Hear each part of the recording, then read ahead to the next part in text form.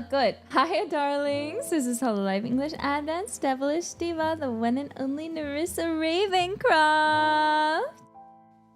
Hiya, darlings. Hiya, darlings. How are you doing? Are you well? Are you having a good day? I hope so. I'm not. That's a joke. I'm having a good day. So I'm actually here to talk at you about a specific thing that's been on my mind nonstop. Oh, that's interesting. Why is my chat box look normal? There we go. Today's better now that you're here. I'm glad. I was debating because I wanted to stream today. And initially I was actually going to stream Uma Musume, but I'm dying. So, not today. Our car's extended warranty. Yeah, that's what I'm here to talk to you about. No, I didn't sleep very well last night, but that's beside the point. It doesn't matter.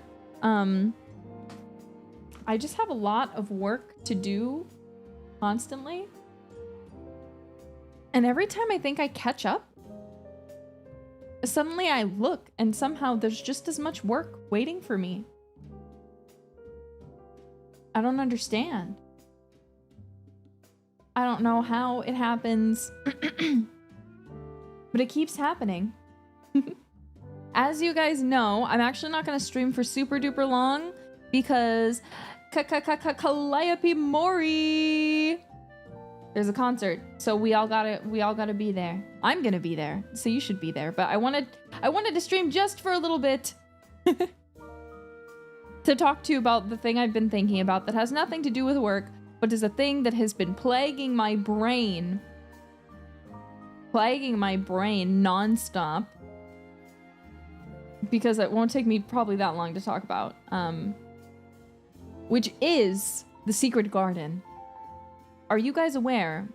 Have you ever seen The Secret Garden? Have you ever seen it?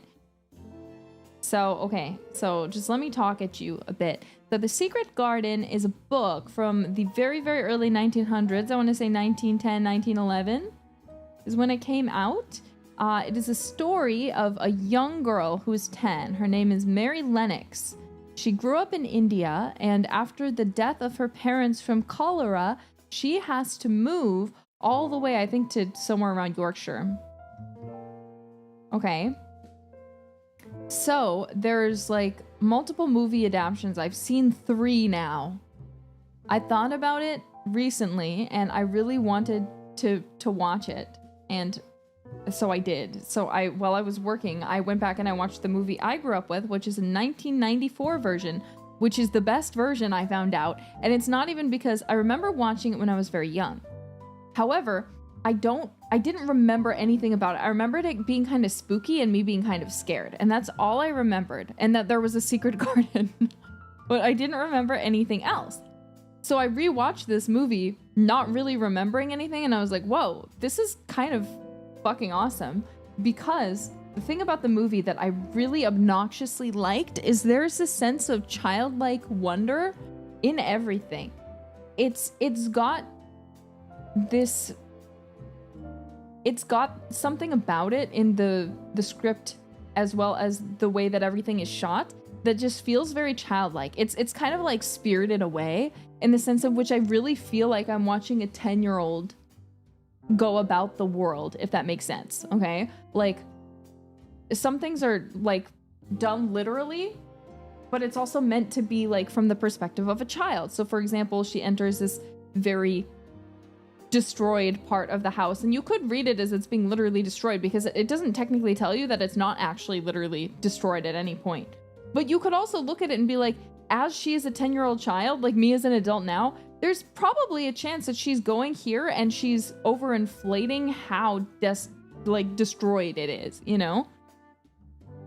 So anyway, this got me curious. This got me thinking. And then I wanted to watch both the 1949 version of The Secret Garden as well as the more recent adaptation, the 2020 And the only reason I actually wanted to watch the 2021 was because of the fact that it has Colin Firth in it playing Mr. Craven.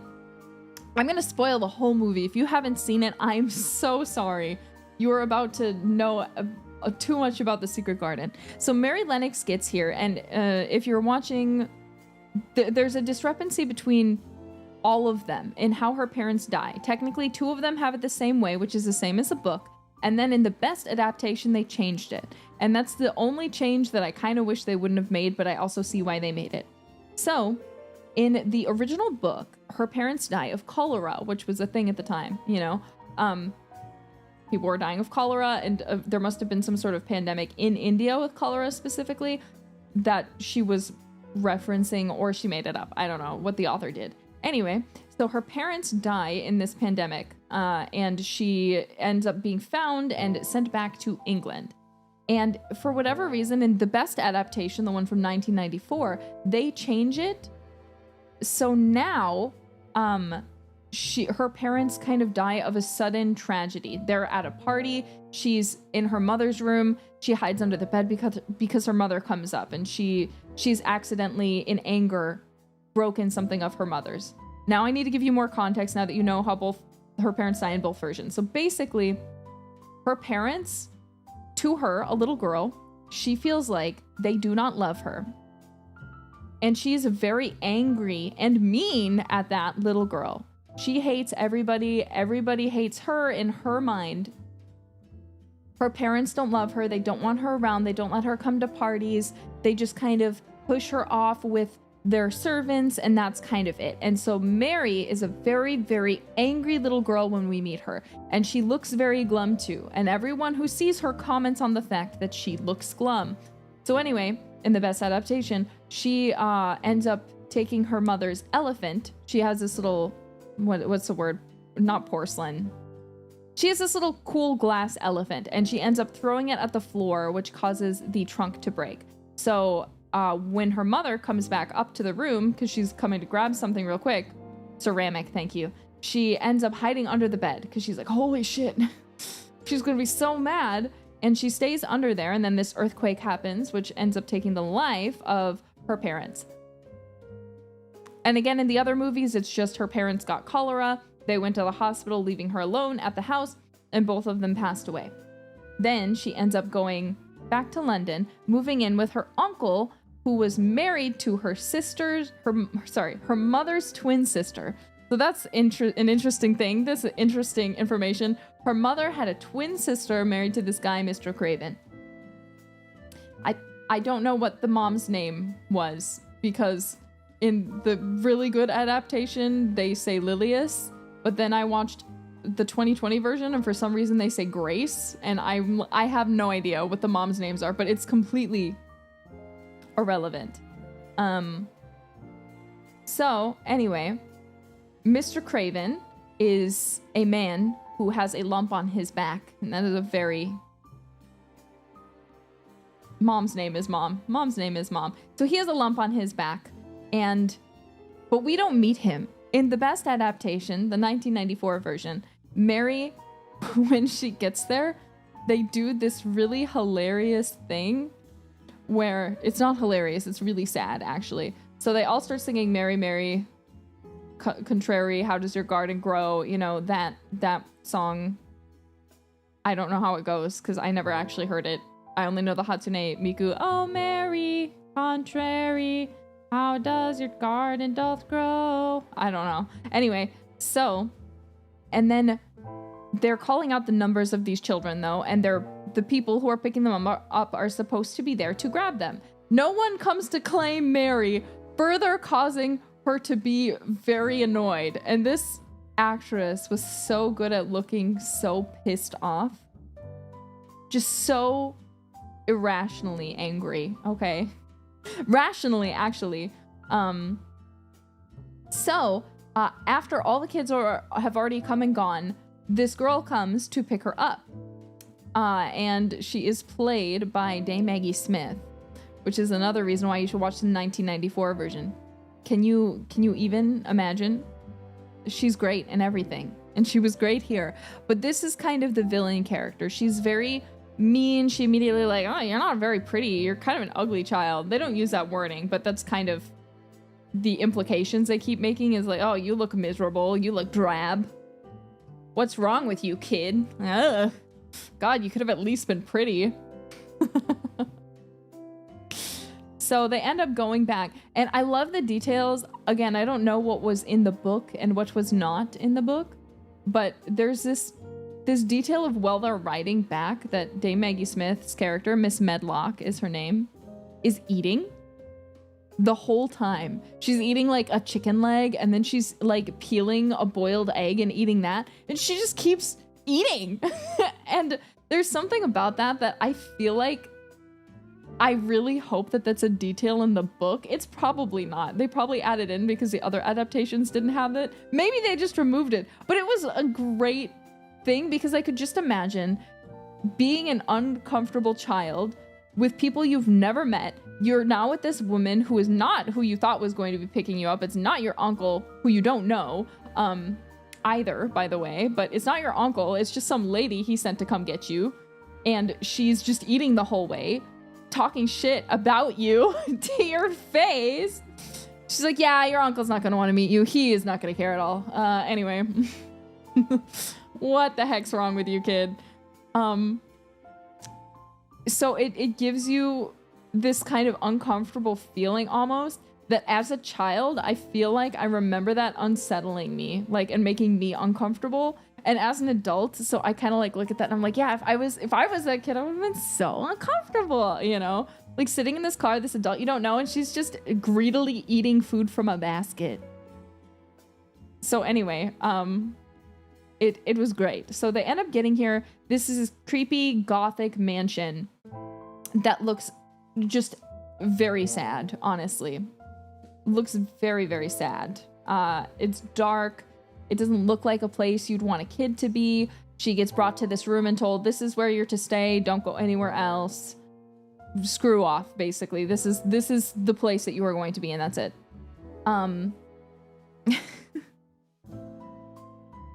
So she ends up immediately, again, I'm referring solely to the 1994 adaptation here, finding a hidden door in her wall. So they have these hanging tapestries all over the walls, and she finds this hidden door, ends up going through it, kind of exploring around, and she keeps hearing this noise.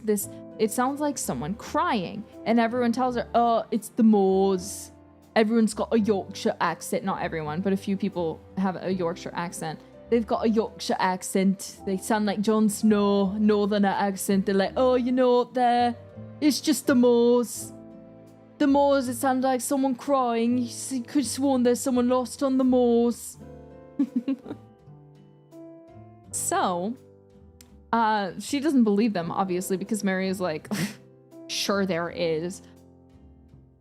So anyways, Mary ends up meeting soon this really cute character called Martha, who is one of the maids at, what the hell is the manor called? I never pay attention to the name. Whittleswait. Whittlesworth? Let me look it up. It's a weird name. Secret Garden Manor name? Mistlethwait. Mistlethwait. It's Mistlethwait Manor. Oh, also, her uncle's name is Archibald. I don't even know how to say that name. Archibald? I'm not sure, but Mr. Craven owns Mistlethwait Manor. Me just like trying to give you a tale of the plot and failing. So she ends up going through and exploring, even though she was just told not to, finding this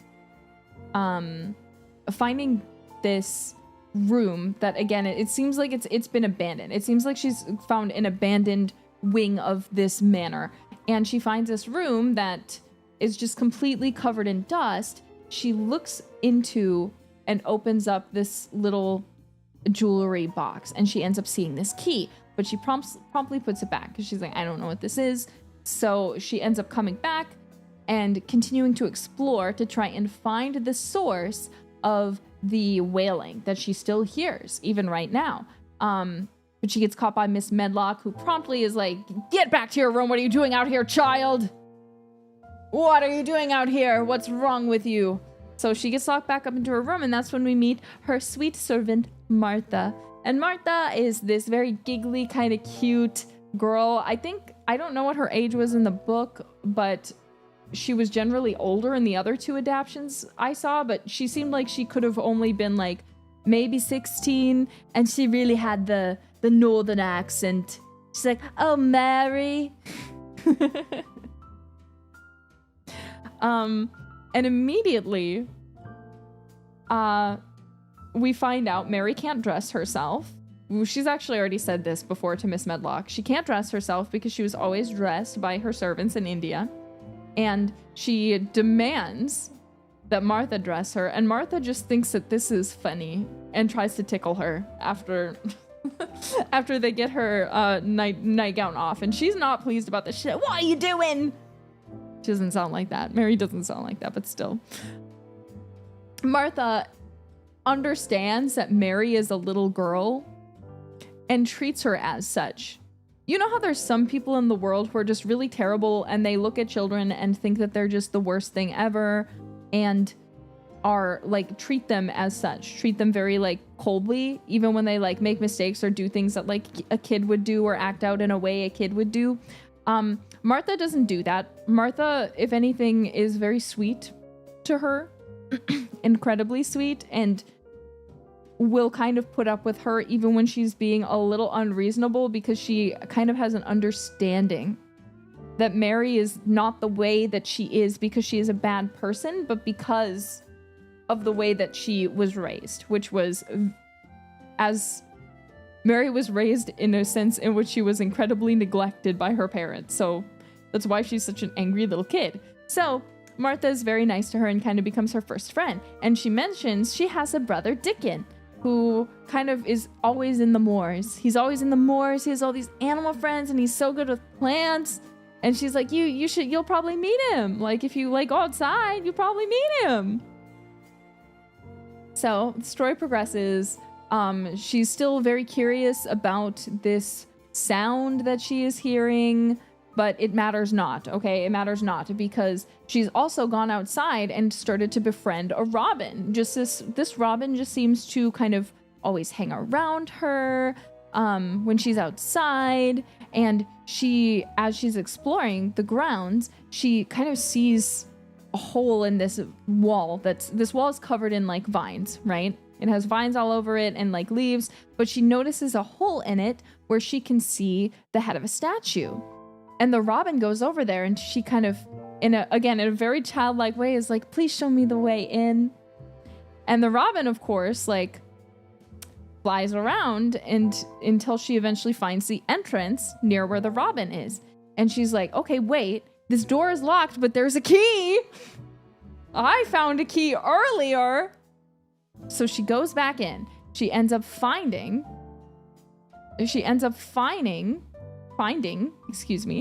the key again, and she takes it and she goes in and she finds this completely abandoned garden. And for context, the story takes place right around the end of winter is where we are right now. So spring is on the way, but everything currently is dead. It looks a little overgrown, like no one's tended to it in a long time. But she goes down, she removes some leaves, and she sees a green plant starting to come up, showing that there very much still is life. So she decides now this is her secret garden. She doesn't know much about this garden, but it's hers now. She ends up meeting Dickon at some point, and Dickon explains to her that the uncle's wife, who was her mother's sister, her twin sister, died in that garden. She had fallen off the swing, it seems. So she kind of accidentally lets we'll get to Colin, lets Dickon know that she has found something, and she's hoping to have his help because Dickon is really good with plants. So she's like, if I tell you a secret, will you please keep it? And he's like, huh? Okay, I'll do it. This is not a horror movie, by the way. This is not a horror movie at all. There's no ghosts. It's just Kind of sad. So anyway, so she goes into the garden with Dickon, and Dickon's like, it's wick. Which I don't know what that means, but apparently it means just it's alive still, according to Dickon. He cuts it off and he's like, see, there's still green in the trees. Everything's still alive. There's going to be so many like roses here. It's going to be so beautiful. It's going to be beautiful here. And she decides, you know, this is going to be our garden, Dickon. It's my garden, but you can be here too, I guess. So she goes back. They have a plan. They're starting to clear things out in the garden. And she eventually does get to meet, soon after this, Mr. Craven, who calls her in, and he is floored because Mary Lennox looks very much like her mother, who, of course, her mother looks very much like his dead wife. So he is kind of floored for a second because he feels like he's looking at a young version of his wife. So he immediately becomes a little bit soft to her. He's like, ugh. Because his wife is dead, right? And he's like, Miss Medlock says you're causing trouble. I'm going to send you, she tells me I need to send you to like a boarding school. I need to send you to a boarding school. And Mary is like, please, no, do not send me to a boarding school. That would be the worst thing ever. But I would love if you would give me a piece of earth so I can grow things. Can I have some earth in your yard? And he says, okay, I can do that. And she's like, can I have anywhere as long as nobody wants it? And he's like, yeah, sure, get out. Because at this point, he's getting a little overwhelmed, I think. He's not mean, though. Like, you can tell he's a little irritated, and to a kid, I think it'd be scary. But, like, as an adult, you can tell that he's not mad at her, if that makes sense. But he's just like, yeah, just go. You don't have to go to boarding school. I don't care. Yeah, just go plant, whatever. I don't care. So she decides to continue investigating this wailing sound. And as she is, it's the middle of the night, she finds this child alone in a bed who looks about her age. She looks down at him and she's like, who are you? And he's like, who are you? Are you a ghost? And she's like, no. So she comes down, he summons her in, and he's like, well, why are you here? And she's like, I live here. And he's like, well, I'm the master of the house while my father's gone. She's like, what, your father? Well, that's my uncle, so we're cousins. They're like, cool. So the thing about who we just met, he's a little boy named Colin. One of the first things he tells us, I'm going to die, so. And he is a very sick little boy, apparently. There's spores, and they'll make him sick. So he has to have the windows boarded up. He can't let any fresh air in. He's never been outside, really. He doesn't like to do anything. He stays in bed all day. Everyone takes care of him. He is convinced he has a hump on his back. And he's like, I'm going to die. So there's one point later where they comment, she's like, you're going to go bald. And he's like, don't be silly. I'll die before I go bald. He's very understanding because apparently all his life, everyone's told him he's extremely sick and he's going to die. He has never walked before. And again, he apparently is allergic to the outdoors. Mary Lennox, of course, is like, that is the stupidest thing I've ever heard. You're not sick. Are you an idiot? You're not. What do you mean spores? There's no spores. So they kind of immediately start talking because now that he knows that like they're related, he's kind of interested because they're the same age. And she's curious because she's like, wait, you're 10. I know your mom died 10 years ago in the garden. And he's like, what do you mean in the garden? What garden? She's like, just somewhere. Just, some garden. There's a lot of gardens on these grounds. Just in one of those gardens. Yeah. Just in one of those. And he's like, oh, okay. Just kind of move on for now. She ends up going back to her room, but she ends up coming back quite a bit. So her and Colin are kind of forming a bit of a friendship. But Colin's really demanding. Colin is a really selfish kid because he's used to everyone just kind of doing what he says because he's so sick and he's also master of the house.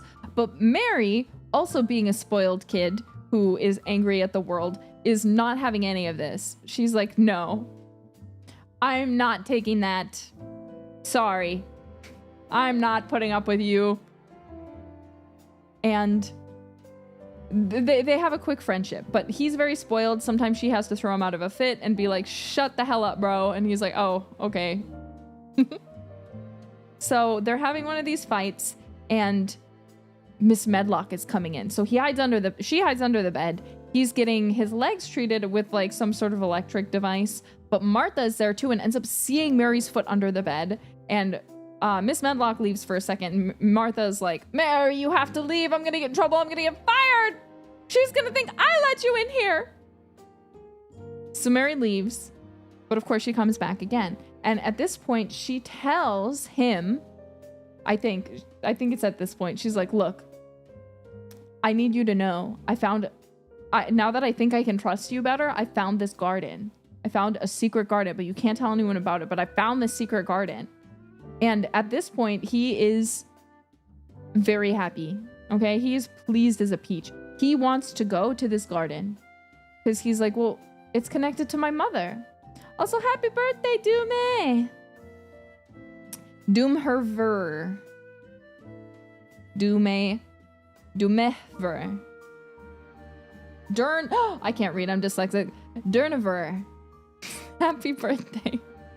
Anyways, where was I? So they make the decision that they're going to bring him outside, and they decide to start this by ripping the boards off his window. So her and Dickon do that, but he's terrified. He's like, the spores are going to come in and they're going to make me sick. They're going to kill me. These spores are going to ruin my life.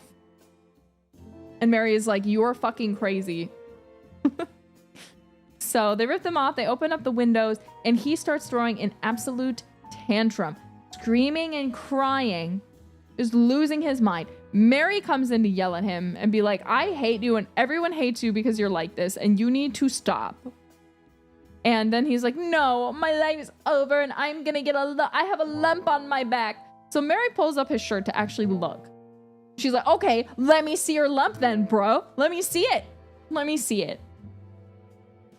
There is no lump on his back, just his bones. And at this point too, when she's telling him this, he's like, really?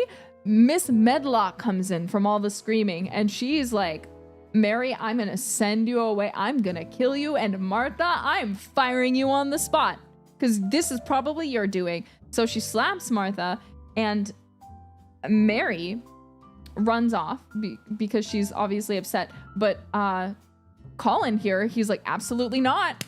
You're not doing this, Miss Medlock. I will do what I please. And you're not firing her, and you are not sending my cousin away. I will kill you. She's like, So he decides he's gonna go see the secret garden no matter what with his new friend Dickon and Mary. So they get him this little like basket chair thing that he can move around in. It's so cute. It's like a little mini like kid car. It's great. So they put him in there, and he demands, he's like, no one can come except Mary and Dickon, and no gardeners are allowed to be about because they want to keep the garden a secret. They don't want anyone else to find it. So they go out, and they enter in, and he's like living life. He's so happy to be in this garden, okay? He's like pleased as a peach. But then a ladder comes up, and we see one of the gardeners, who I think I forgot to mention. His name is Ben. He comes over the corner, and he only sees Mary, and he starts immediately cursing her. He's like, I knew you were a little witch. I knew that you were like getting into places you shouldn't be. But then he sees Colin, and he might not have necessarily met Colin, but he knows who the sick little boy is. So he immediately is like, yes, I know who you are. Yeah, of course I know. And he explains that this house, or not this house, excuse me, this garden was his mother's garden, and he actually used to tend the roses. And when the mother died, because she died in the garden, he demanded, the father, Mr. Craven, demanded that the garden be locked up and no one go in ever again because he was so traumatized by this, okay? But he said that she, the wife who died, gave her orders first, so he still goes in behind everyone's back and will tend to her plants sometimes. And he's touched. You can see this man's really happy. And they're like, well, since you found out already, come in, Ben, and you will help us with our garden. So the children are restoring this garden because they have Dickon, who lives off the land and knows everything about plants. And then Mary, who's really passionate and is like learning all this stuff from Dickon. And seemingly she has a crush on Dickon also, by the way. And Colin is actually, this is also a very childlike thing where you don't really understand. And he's extremely sheltered. But he looks at Mary and he's like, we should get married at some point. And she's like, we can't get married, idiot. We're cousins. He's like, yeah, but I want to be with you always. And I'm like, you know, that is so cute. Because I remember, like, when we were, like, little, like, my siblings, we would say stuff like that, too. Because you don't really understand what marriage is, you know? He doesn't actually want to marry her, obviously, but they just really love each other. So he's like, I love you. I don't ever want to be apart from you. You're the best. So it's really cute. But because of that, I think he also has a bit of jealousy of Dickon, because it's very clear that Mary and Dickon both kind of have a crush on each other. They'll like have moments where they just kind of stop and stare at each other, and he gets like really mad because he's like, don't fucking third wheel me. Please, I'm a sick little boy. You can't third wheel me like this. But one plot point is, while Mary is like looking, they end up having this thing. So they're going out to this garden. They're going out every day, and he's also starting to stand. So this little boy couldn't walk. Colin is unable to walk, but he tries standing. And the implication here is supposed to be like he's like Munchausen by proxy, low-key. So like he's not actually sick and he was never sick, but like he's just been told his whole life that he's sick and can't walk. So he's never learned to walk or tried even, which is incredibly sad, by the way. So he tries to stand up and is able to be successful. So they're like, maybe you can walk. And they end up, you know, walking with him. So he has no lump and he can walk. So he's like, and he's surviving outside. So he's like, well, I guess I'm not allergic to any spores. I guess I'm fine. So while he's out on these outings with Dickon and Mary, he's learning to walk. But when he comes back, he continues to act completely like he is the way that they expect him to be, because they're nervous that if they expose that anything's different, that they're going to find the secret garden. Movie name drop. Oh my God. So anyway, he's like, look, I really want my dad to come back, because Mr. Craven, another thing about him is he hates being here at this manor, at Mistlethwait Manor. So he leaves constantly. And he is not there right now. He said, I'm going and I won't be back till winter, as soon as spring started. Probably, presumably, because he doesn't like to be there in the spring, because that's when his wife passed. So understandable. But Colin wants nothing more. He's like, how I would just love to surprise my father. I would love if he was here. And if I could surprise him and show him that I'm better, basically, that I'm healthy. So they kind of have this moment where Mary's like, well, okay, I'm gonna go and I bet if I go into his like office, I can like find the address and maybe we can like write to him or something. He's like, yeah, that's a great idea. So she breaks in and she doesn't find that, but you know what she finds? Pictures of his mom and his dad together before he was born. So they examine these pictures together. It's a really cute moment. He's like, that's my mom and that's me, when he was in the stomach still. He's like, that's me, I think. It's funny because he says, I think. And I'm like, of course. Do you have any siblings, bro? Of course that's you. He's like, I think that's my dad. So they have this really sweet moment. And it's so cute. So anyway, it gets to a point where he's basically telling Miss Medlock, I'm not sick and you need to stop doing these things to me. And he hasn't gotten up to walk yet, but she decides that his relationship with Mary is too bad for him. So she ends up locking Mary completely in her room, being like, you are staying here, child. You're staying here, and locks her in, and then basically tells Colin, you cannot go out. You can't go out anymore. You're staying here because you're sick and she's going to kill you. And I can't have that happen on my watch because I've taken care of you for too long for you to die, you know?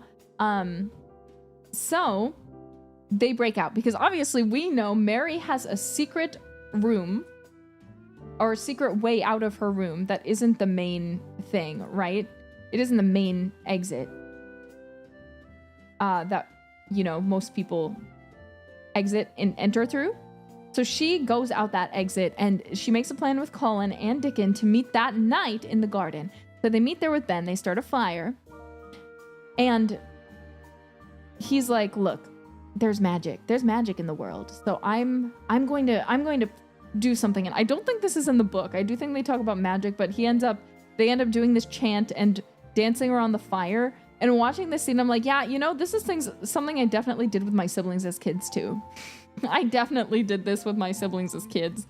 So they kind of dance around the fire, and he's basically like, I forget the exact words, but, oh, great magic, please come to me. Bring me my father here and set his spirit free. And just keeps repeating that until they stop. And like they're throwing things into the fire, which is just like dried like grass. And it's so cute. So that same night that they're doing this, his father has a dream. He's remembering when his wife passed and saying, I'm in the garden. And you just hear that, I'm in the garden, I'm in the garden, I'm in the garden. Repeating, not sung, but just like he yelled. But I'm just not yelling it. And so he runs. He's like, I need to get home. I need to go home right now. I think something's wrong. Something's wrong with my son.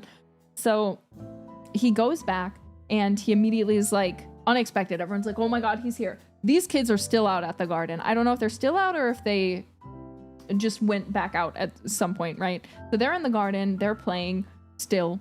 And he comes back and he's like, bring me to my son, Miss Medlock. So she brings him there. And of course, Colin's not there.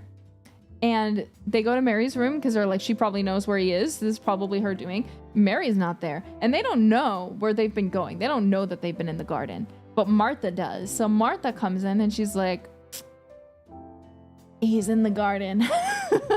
I know where he is. He's in the garden. You should probably go look there. So he's a little worried.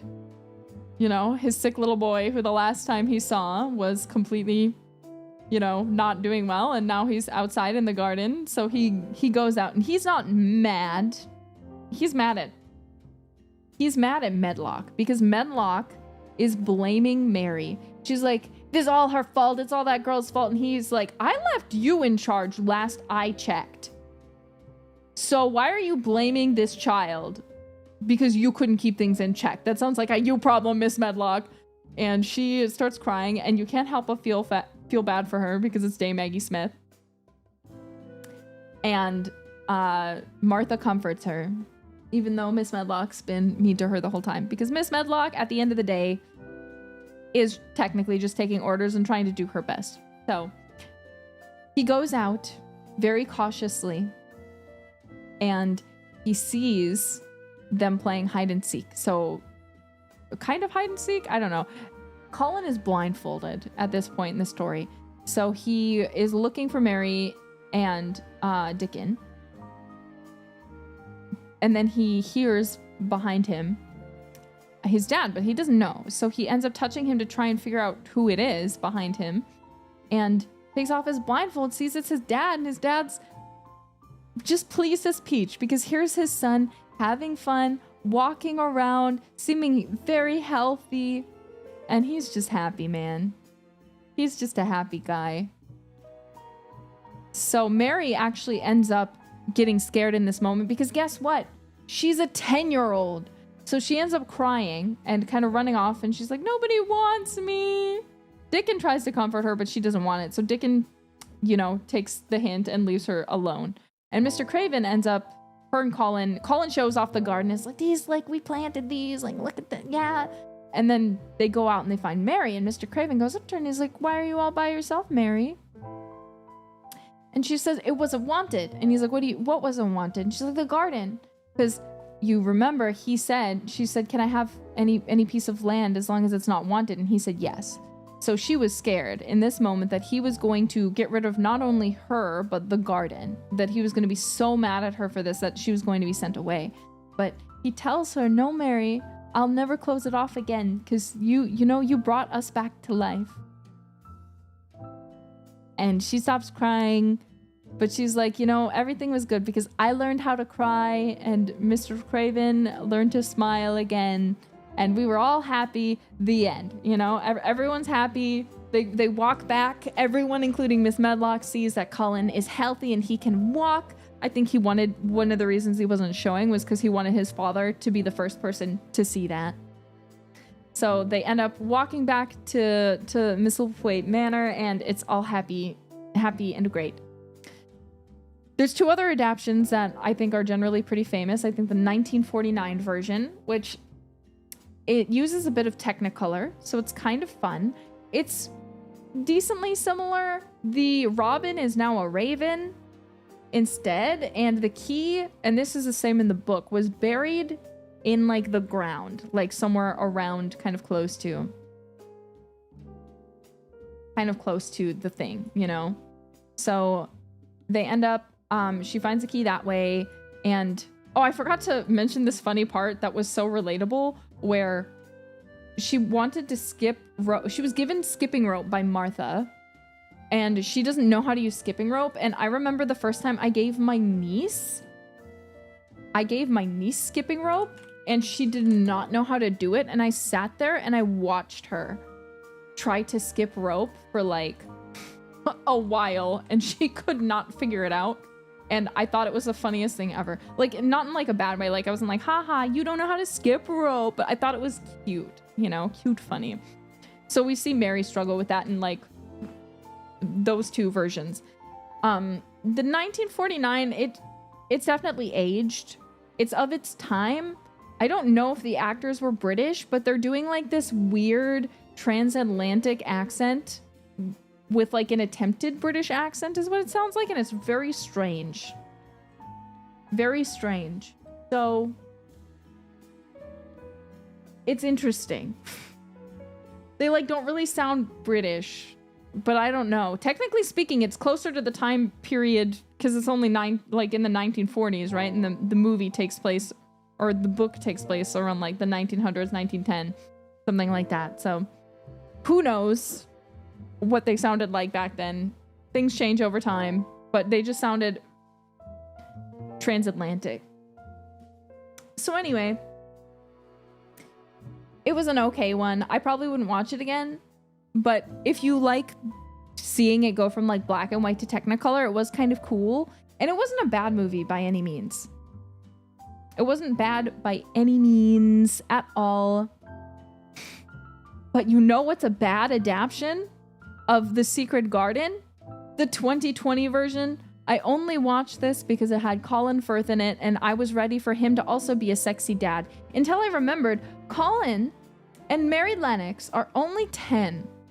And as much as I love Colin Firth, he's in his 60s. I think he was around 60 when the movie was being made. And I was like, you want me to believe that when this man was... He looks 60. I love him, but he looks like a 60-year-old man. And I'm like, you want me to think... You should have cast someone way younger, because in the 1994, 1993 version, the dad, like Loki, he's kind of a dilf.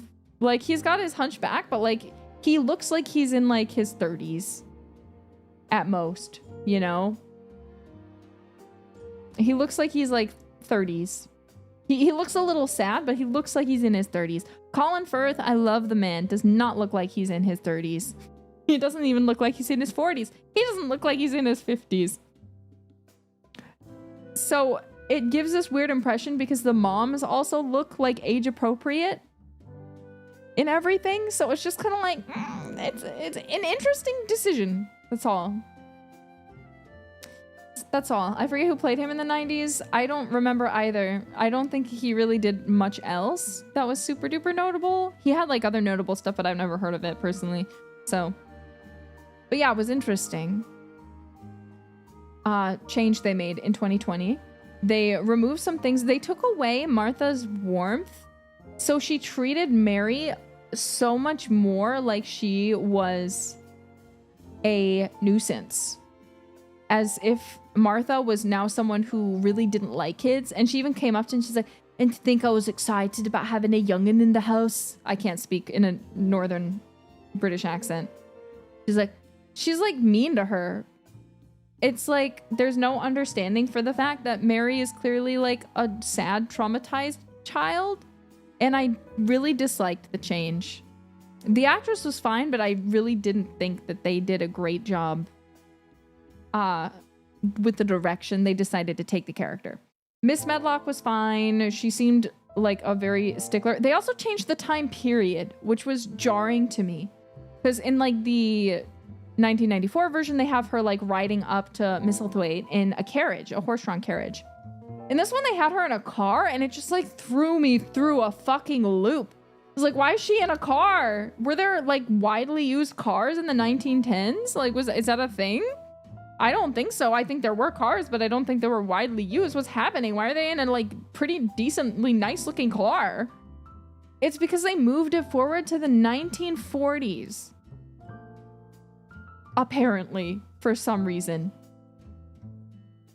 They completely changed Mary's character. So she became nice really fast, which made it really crazy that everyone was being so fucking mean to her. Because she's kind of, in both the good interpretations, this more aloof, kind of like haughty kind of character. Like she thinks she's better than everybody else. And then this Mary, she like is a little mean at the beginning, but then she immediately becomes like this really nice girl, so to say. And they also use CGI for like a lot of the garden, and the garden was no longer a garden. It was like a jungle. Like it was a very, very large area of land.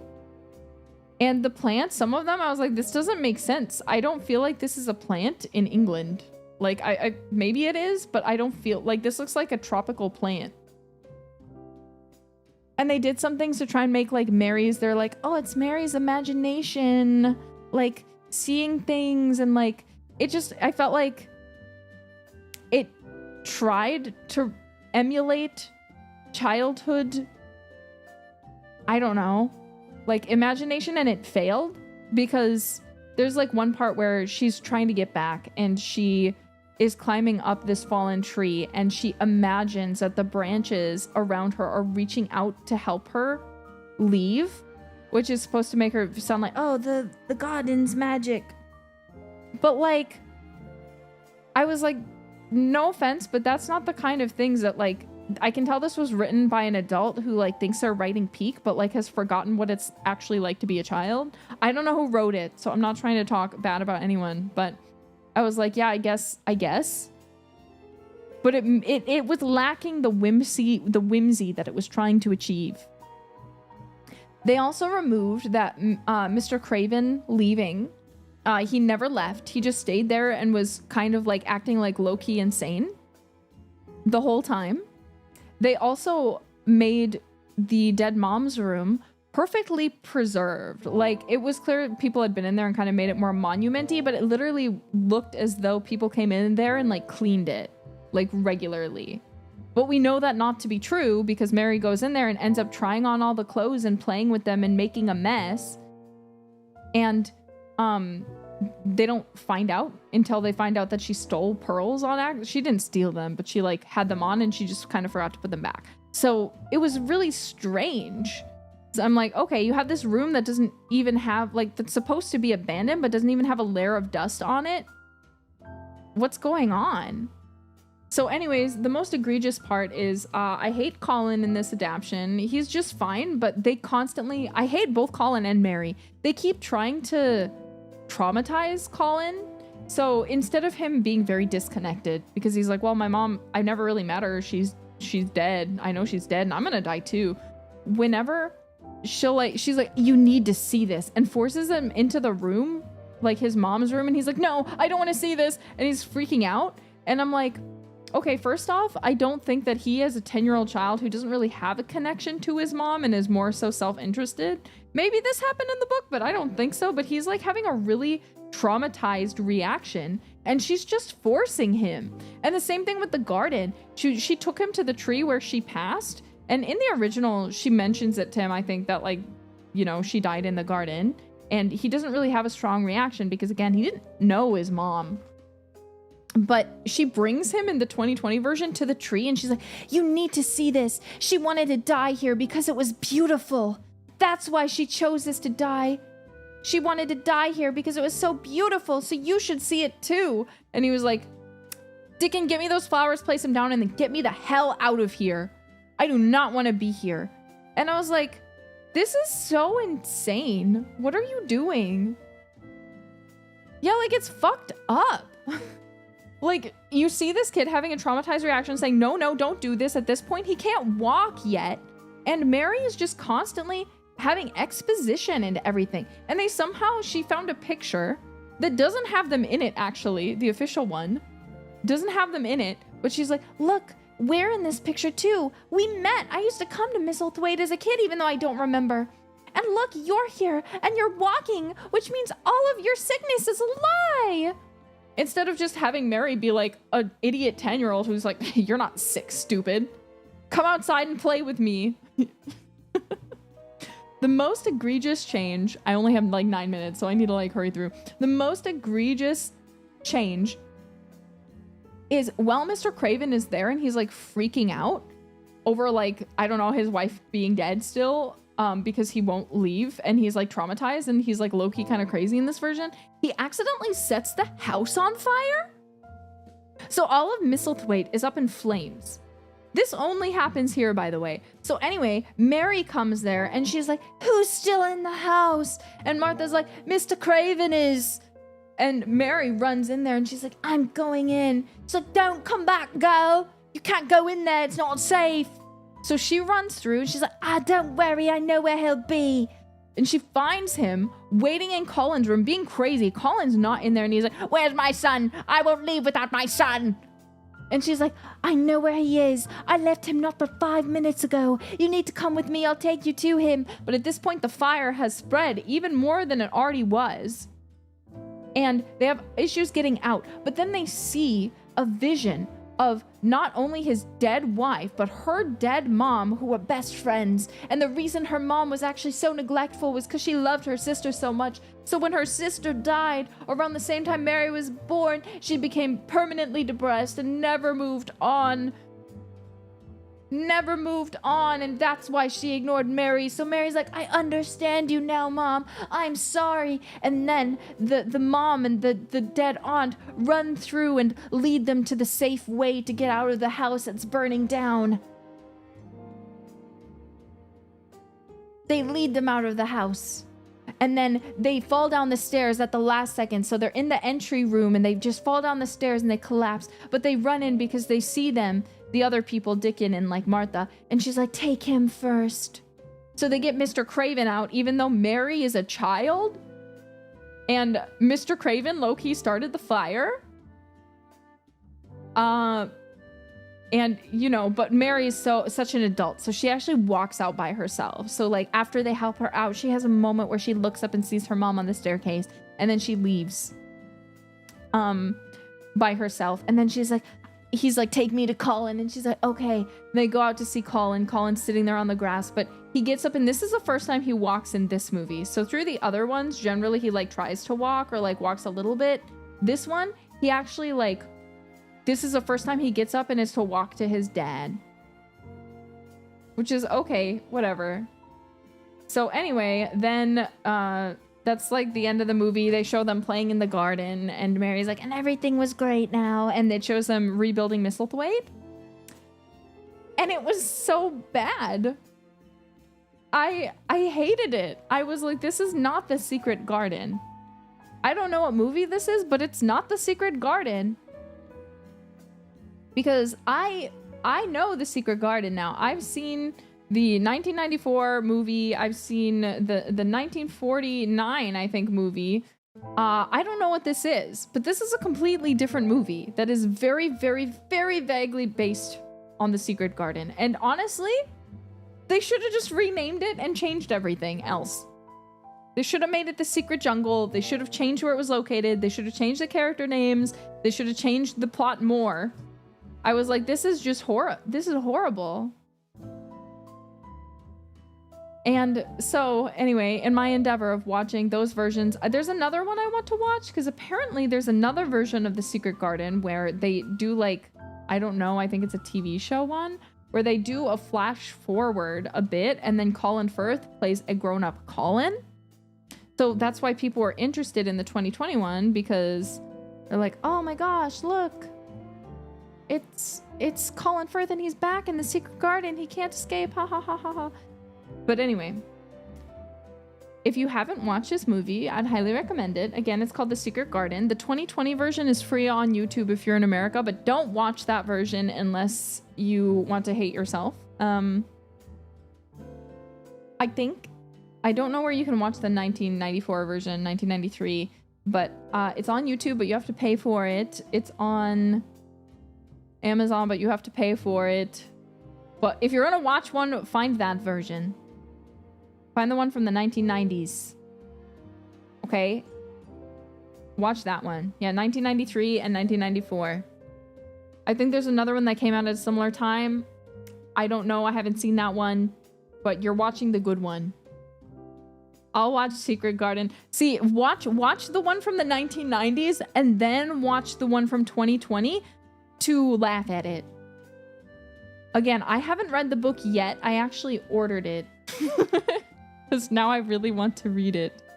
I really want to read it now. But you should watch it. What about a watch along? Maybe. I'll consider it. But I just spoiled the whole entire plot. So go watch it. Trust me, it'll change your life. It has so much whimsy. It has so much like magic feeling in it. I don't know how else to describe it than like it really awoke. Again, it gave me the same feeling of watching Spirited Away, where I felt like I was actually watching a child move through the world instead of watching an adult who has written a child move through the world, which is how the 2020 version made me feel. It's like, this is an adult projecting onto a child and trying too hard to sell a message, as to where the 1993 version, 1994 version feels very much like just great. Like, I'm like watching a child and how a child would act. And I watched it with my niece. My niece came over and we're sitting because I was watching her after I ate lunch, and I turned it on and we watched it together and she liked it. She was very interested. So you should watch it too. Did she like it? Yes, she liked it. Is there a musical version? I do think there's a stage version, but I don't know if it's a musical. Anyway, you probably saw this at some point when you were young and you just don't remember, because that was my experience too. I had like incredibly vague memories that while I was watching it, I was like, wait, I kind of remember that. Okay, I kind of remember this. Oh, I kind of remember this part. But yeah, I didn't remember the plot. I remember being a little bit scared of the movie as a kid. But I think that's because I probably didn't like watch it in full and didn't really understand what was going on. And I thought my niece had the same feeling. I think she saw the 2020 version at some point because she was like, oh, she's going to get in so much trouble when they find out that she went in that room, because that's something that happens in the 2020 version. But guess what? In the 1993, 1994 version, they never find out that she went in there. They don't care. They never find out. It doesn't bother them because they don't find out.